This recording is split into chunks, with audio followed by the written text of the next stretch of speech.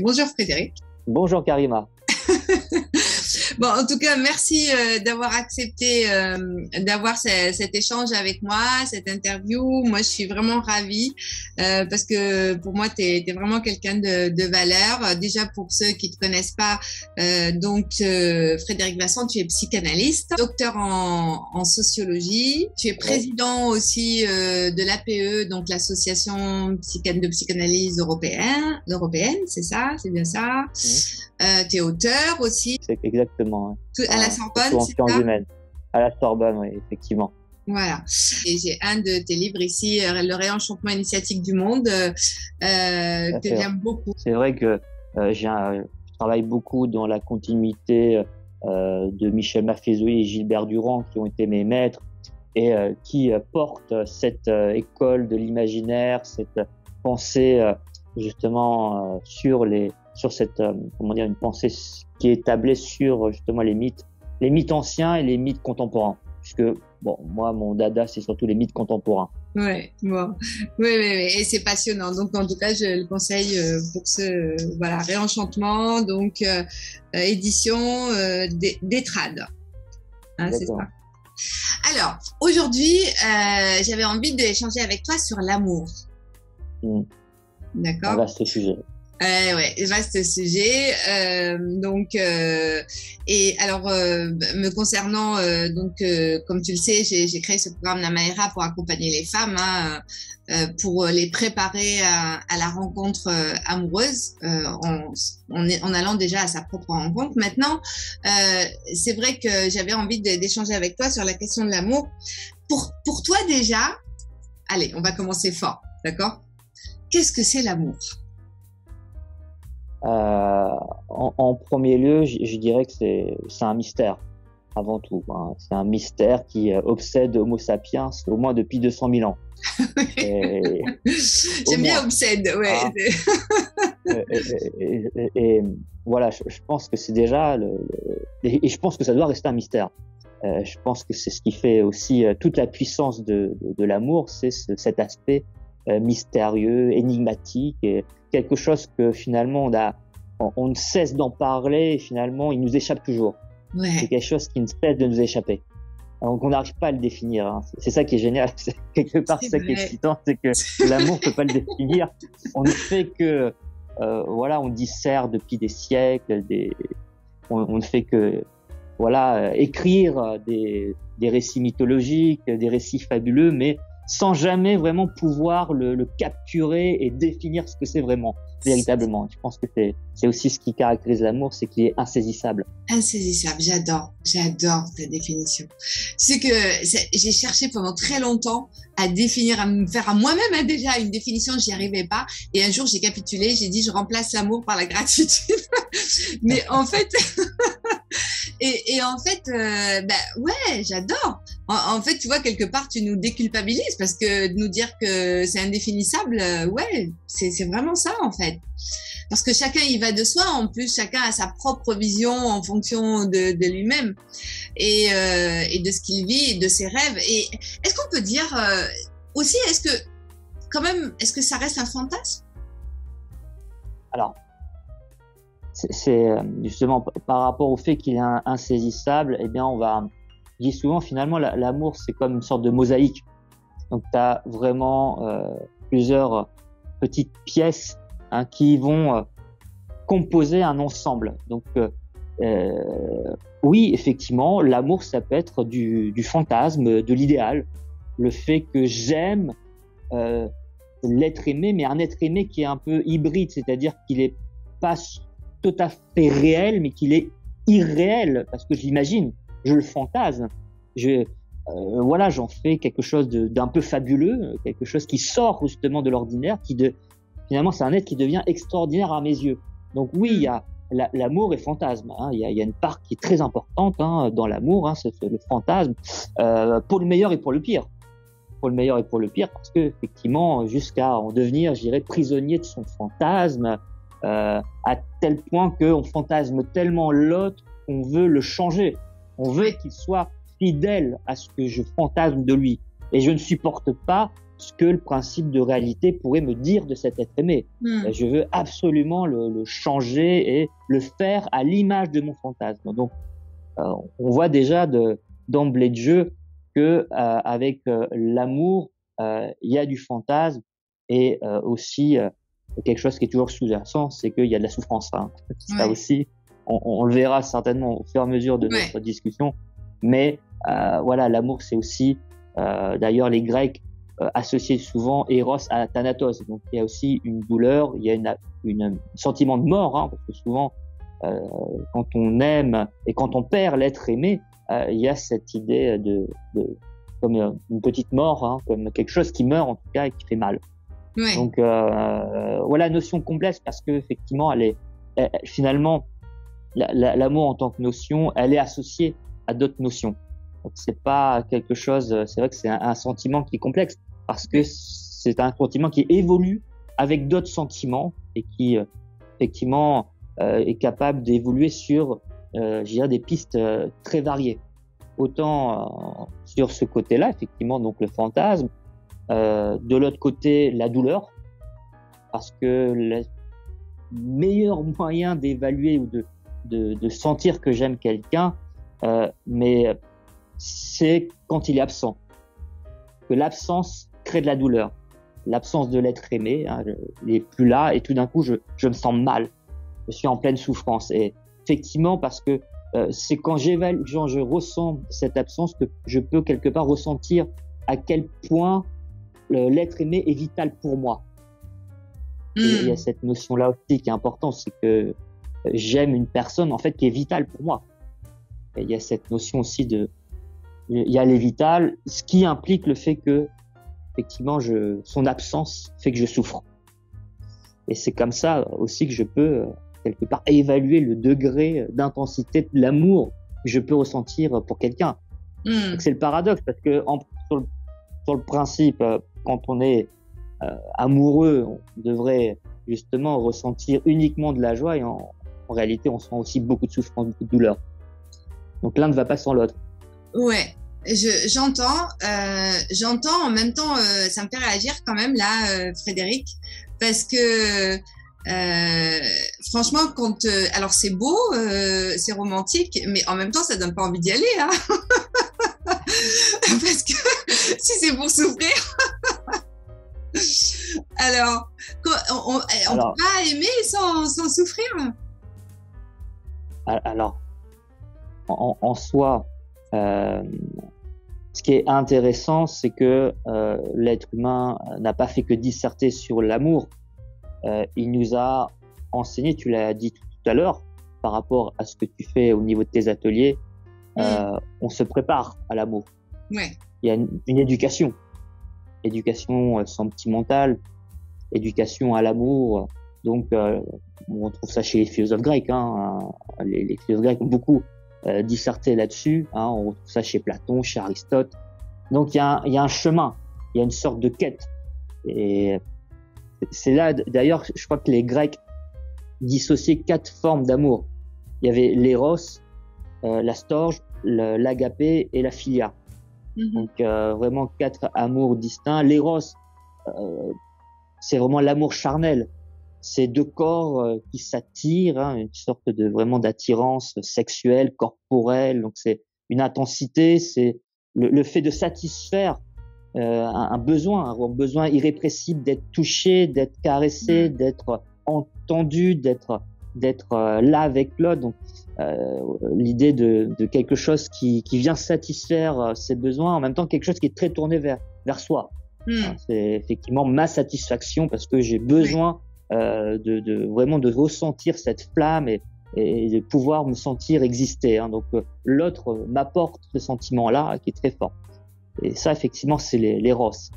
La storge, donc ça, c'est plutôt l'amour familial, le fait qu'on peut aimer un parent sans pour autant être dans un rapport sexuel. On est effectivement dans un amour qui est émotionnel, une émotion forte, sans pour autant être dans le domaine du charnel. Ensuite, on a donc l'agapé, qui peut être considéré comme un amour inconditionnel. Ça ressemble un petit peu à la charité chrétienne, hein. C'est le don de soi. C'est-à-dire que là, je cherche pas à satisfaire mes besoins, mais là, c'est vraiment l'idée de donner. Donner à autrui, donc c'est vraiment une sorte d'amour divin, inconditionnel, je donne tout à l'autre. Et la philia, donc on pourrait l'entendre comme une sorte d'amour raisonnable. Et donc, effectivement, chez les Grecs, chez les philosophes, la philia pensée comme quelque chose un peu d'absolu, c'est-à-dire que c'est un amour qui arrive à maturation, qui est raisonné, et c'est-à-dire que on arrive à quelque chose qui est plus dans l'ordre du partage, quelque chose qui arrive à s'épanouir dans une sorte de sagesse. C'est ça aussi l'idée de philia chez les Grecs. Donc on dépasse, tu l'auras compris, l'éros. Le problème de l'éros, c'est que souvent c'est tourné vers sa satisfaction personnelle. Du coup, ça peut avoir une limite. Ça peut aussi me contraindre à m'enfermer et attendre trop de l'autre et être dans la satisfaction. Du coup, parce qu'on n'est jamais satisfait, c'est jamais suffisant. C'est ça. On en veut toujours plus. Donc, on peut rentrer dans une spirale infernale, et c'est vrai que c'est souvent assez évoqué dans beaucoup de récits amoureux, dans beaucoup de fictions. Le fait que la passion nous rend aveugle. Ouais, juste est-ce qu'on pourrait dire ça, par exemple, que on pourrait parler de dépendance à ce niveau-là, qu'on rentre dans le On va trouver la dépendance affective, on va trouver effectivement ce type de pathologie, d'affection. Donc on est dépendant de l'autre, on peut pas être autonome, puisque finalement tout ce qu'on fait dépend de la présence d'autrui, et le fait que autrui doit venir satisfaire mes besoins, et du coup ça limite autrui uniquement sur cette dimension de l'amour. Donc c'est un amour qui est assez, je dirais, exclusive, donc qui ne laisse pas vraiment la possibilité de pouvoir, je dirais, connaître d'autres aspects de l'amour. C'est ça. Donc Eros est un dieu capricieux, hein, donc il est, et on le sait, hein, chez les Grecs, hein, il a ce côté un peu fripon divin, farceur, il nous joue des tours, et du coup c'est vrai que j'aurais tendance à dire en tant que psychanalyste, si on se contente uniquement de l'amour physique charnel, à un moment donné on risque de tomber dans une impasse. C'est-à-dire que on dit que cet amour-là d'ailleurs ne dure que 3 ans. C'est un amour qui n'est pas éternel, hein. C'est un amour qui reste quand même éphémère et qui est périssable. Donc voilà, il faut effectivement, par rapport à Eros, être il faut savoir justement cheminer et comprendre que Eros est limité dans le temps, est limité dans la durée de vie d'un couple. Donc on a tout intérêt, les Grecs nous le conseillaient, de pouvoir justement cheminer sur le chemin de l'amour et aller voir justement ce qui se passe de l'autre côté, c'est-à-dire du côté de la philia, de l'agapé et de la storge. Donc donc cheminer en amour, ça implique, à mon sens, justement, de connaître toutes les facettes de l'amour. On a un petit peu divulgué certaines facettes. Parmi ces facettes, il y a le narcissisme, qui est important à noter. L'amour et le narcissisme, c'est-à-dire que j'aime celui qui me ressemble un petit peu. C'est-à-dire que c'est difficile d'aimer quelqu'un qui est complètement opposé et dans lequel je me retrouve pas. C'est-à-dire, ce qui est aussi intéressant dans l'amour, c'est que je me retrouve dans l'autre, ce qui fait que des fois c'est très drôle quand on reçoit certains couples, quand on suit des couples, on voit qu'ils se ressemblent, on voit toujours qu'il y a une sorte de ressemblance commune, et c'est très frappant et c'est drôle, hein, il y a vraiment des traits communs. Donc ça c'est important aussi, je pense, cette dimension-là, hein, on le sait, hein, l'amour et narcissisme. Dans la même idée, je dirais que l'amour, c'est aussi admirer l'autre. C'est aussi admirer l'autre. C'est le fait de dire. À quel point d'admirer.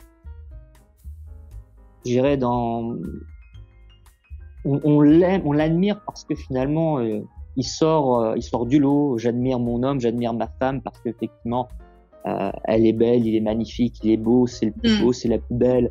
Donc, il y a cette idée effectivement, on n'est pas loin du fantasme, hein. Effectivement, quand je parle d'admiration, c'est aussi quelque chose qui permet de continuer cet aspect fantasmatique de l'amour. Donc il y a ça. Je pense aussi que l'amour, il y a l'idée de promesse de bonheur. C'est-à-dire que j'aime celui qui va me rendre heureux, celui qui va me permettre de me sentir à la fois heureux et parfois malheureux aussi. Parfois je me sens malheureux. Mais il y a cette idée de l'être aimé m'apporte quelque chose de l'ordre de la promesse du bonheur. C'est ça, que je peux pas satisfaire, je peux pas trouver toute seule. C'est ça. Il y a cette idée-là qu'il y a quand même l'idée d'une promesse, quelque chose que avec lui ou avec elle, c'est sûr, il va y avoir le bonheur. C'est pas possible autrement. Ensemble, il y aura une promesse de bonheur. Donc, il y a vraiment, c'est un petit peu comme ce que dit Pascal par rapport à Dieu. Je parle le pari, hein, le pari sur Dieu, l'idée que vaut mieux parier sur Dieu quand on traverse l'existence humaine. Et en amour, c'est un petit peu ça. C'est-à-dire qu'on a tout intérêt à parier sur ce bonheur-là. Le fait qu'on s'engage à deux avec cette idée qu'on va parier sur notre bonheur. Bien sûr. Et ça, effectivement, c'est une dimension que je pense qui est assez importante. Il y a aussi l'amour. L'amour, c'est aussi, quelque part, ça peut être un retour sur soi. C'est-à-dire que l'autre me permet d'être moi-même. Donc, autant je reconnais en autrui quelque chose de moi, mais en même temps, autrui me permet d'être moi, pour le meilleur et pour le pire, parce que des fois, je me sens vraiment moi, je sens que je suis en pleine possession de mes moyens. Parfois, je me sens plus moi, hein. Parfois, je me sens nul. Effectivement, ça peut être ambivalent aussi, hein, mais il y a un retour vers soi. Hein. Il y a aussi le fait que autrui me tend un miroir et qui me permet aussi d'être en introspection sur moi-même. Ça aussi, c'est très, très intéressant. Oui, c'est le lieu, et c'est le lieu où finalement on voit aussi notre part d'ombre et notre part de lumière aussi au moment de la rencontre et celle de l'autre aussi. Et là, du coup, est-ce qu'on peut parler de possibilités de compatibilité plus avec certains ou certaines que d'autres dans la rencontre? Il y a quand même cette notion de compatibilité. Est-ce que ça, c'est quelque chose, ça résonne? Qu'est-ce que tu en dis? Oui, ça résonne pleinement. Il y a l'idée de compatibilité et de ce que j'ai appelé l'incompatibilité névrotique. Donc, parce que l'amour charnel, si tu veux, l'éros, il travaille beaucoup avec notre instinct. Donc, il y a un instinct sexuel qui fait que on est aveuglé. On est aveuglé. Il y a du fantasme dans l'amour, donc on peut se retrouver aveuglé et ne pas voir ce que j'appelle la névrose de l'être aimé. On veut pas voir que j'ai un être aimé qui peut être, je sais pas, agoraphobe, qui peut être dépressif, qui peut être alcoolique, et on veut pas le voir. Et Eros masque, camoufle, j'irais la névrose de l'être aimé, mais à un moment donné, Eros, eh bien, s'épuise, hein, l'amour dure 3 ans, l'amour charnel dure 3 ans, en tout cas, ça a une limite. Et tout d'un coup, la névrose d'autrui m'apparaît, j'irais, au grand